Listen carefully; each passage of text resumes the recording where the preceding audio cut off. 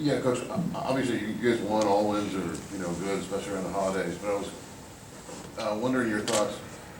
That stretch in the second half, I think it was 6 minutes without scoring, 8 minutes without a basket. What are the things that you feel need to change to avoid that from happening against, good teams, Big Ten teams? Well, again, that's 2 games in a row that we've had stretches like that. And again, I don't know if guys are just kind of looking over their shoulders based on the Nebraska game. We didn't play bad in Nebraska. We just, that last 6-minute mark, we just couldn't make shots.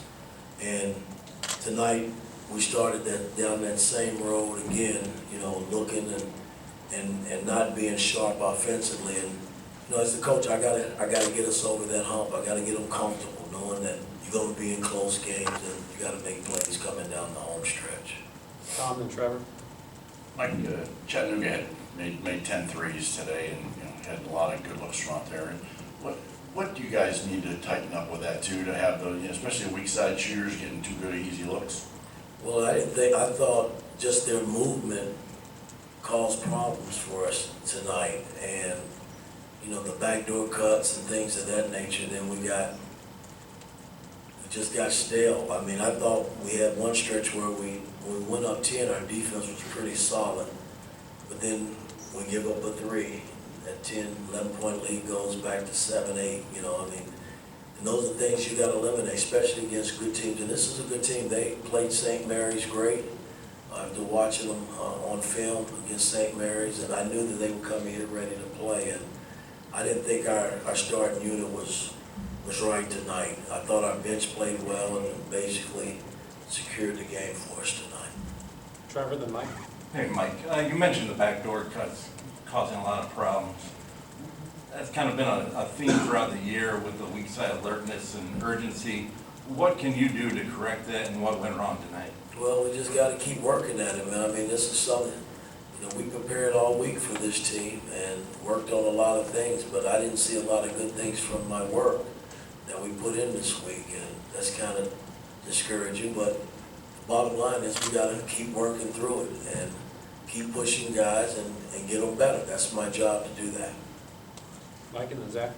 Coach, it seems like a common theme throughout the season has been like an inability to play 40 minutes, like to just maintain a high level of play throughout a game. What, in your assessment, is like the 1 or 2 main I don't reasons? agree with that. We've had games where we played for 40 minutes and had big leads and won big. So I don't agree with that statement. But again, when you're talking about playing elite teams where we haven't played great, I thought the South Carolina game was a great game for us. The Providence game was a good game for us. But I just got to get it fixed. I got to keep working and pushing these guys. That's what coaches do, and basketball players got to get better and do their job as well. Zach. Started out slow, especially defensively this afternoon. What was your assessment of the practice and what practice was like the last week after that Nebraska loss? Practice has been tough, brutal. A lot of running, a lot of work put in. And I thought our bench, I can't blame everyone. Our bench was pretty good tonight for us. They came in and played solid, I thought. Probably should have played them the whole game and set the starting unit down.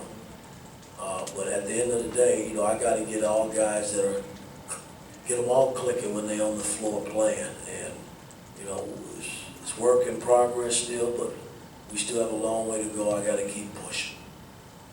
Here and then Josh. You stressed the importance of the season of assisting, and tonight with your 16 assists. How pleased were you with your ball movement or displays? Say that again? How pleased were you with your ball movement tonight with your 16 Not assists? good. We had 16 assists, but, at the end of the day, we could have had probably 26 assists because I just thought the next pass wasn't there. Guys were still trying to do it themselves, and I got to get us over that. Josh.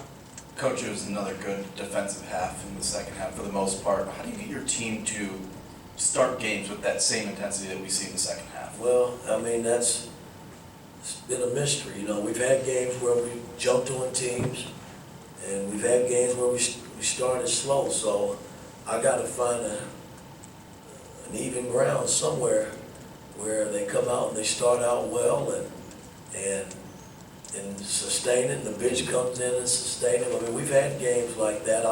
I got to go back and find them. Kevin, then we'll wrap it up.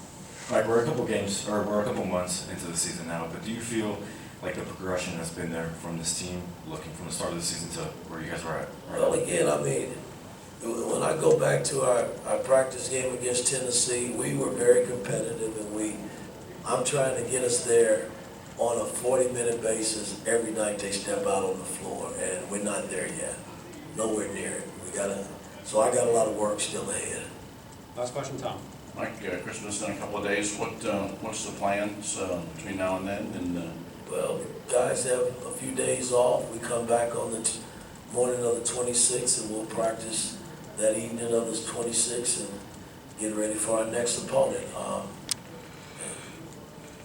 wishing them all a Merry Christmas. I hope they have a good time, but you get 2 days and you got to come back and go to work. So that's what it's all about during this time. All right, thanks, Coach. Hey guys, Merry Christmas.